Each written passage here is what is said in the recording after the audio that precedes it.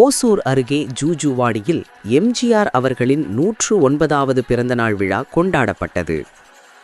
கிருஷ்ணகிரி மாவட்டம் ஓசூர் அருகே அசோக் லைலாண்ட் எதிரில் ஜூஜுவாடியில் ஓசூர் மாநகராட்சி கல்விக்குழு தலைவர் மற்றும் நகர அமைப்பு குழு தலைவர், மாமன்ற உறுப்பினர்கள் 1வது வார்டு ஸ்ரீதர், 2வது வார்டு அசோக் ரெட்டி ஆகியோர் தலைமையில் எம்ஜிஆர் அவர்களின் 109வது பிறந்தநாளை முன்னிட்டு பொன்மனச்செம்மல் எம்ஜிஆர் அவர்களின் திருவுருவப் படத்திற்கு மாலை அணிவித்து, மலர் தூவி, தேங்காய் உடைத்து, கற்பூர தீபம் ஏற்றி மரியாதை செலுத்தி, கேக்கு வெட்டி, இனிப்புகள் வழங்கி அன்னதான நிகழ்ச்சி நடைபெற்றது.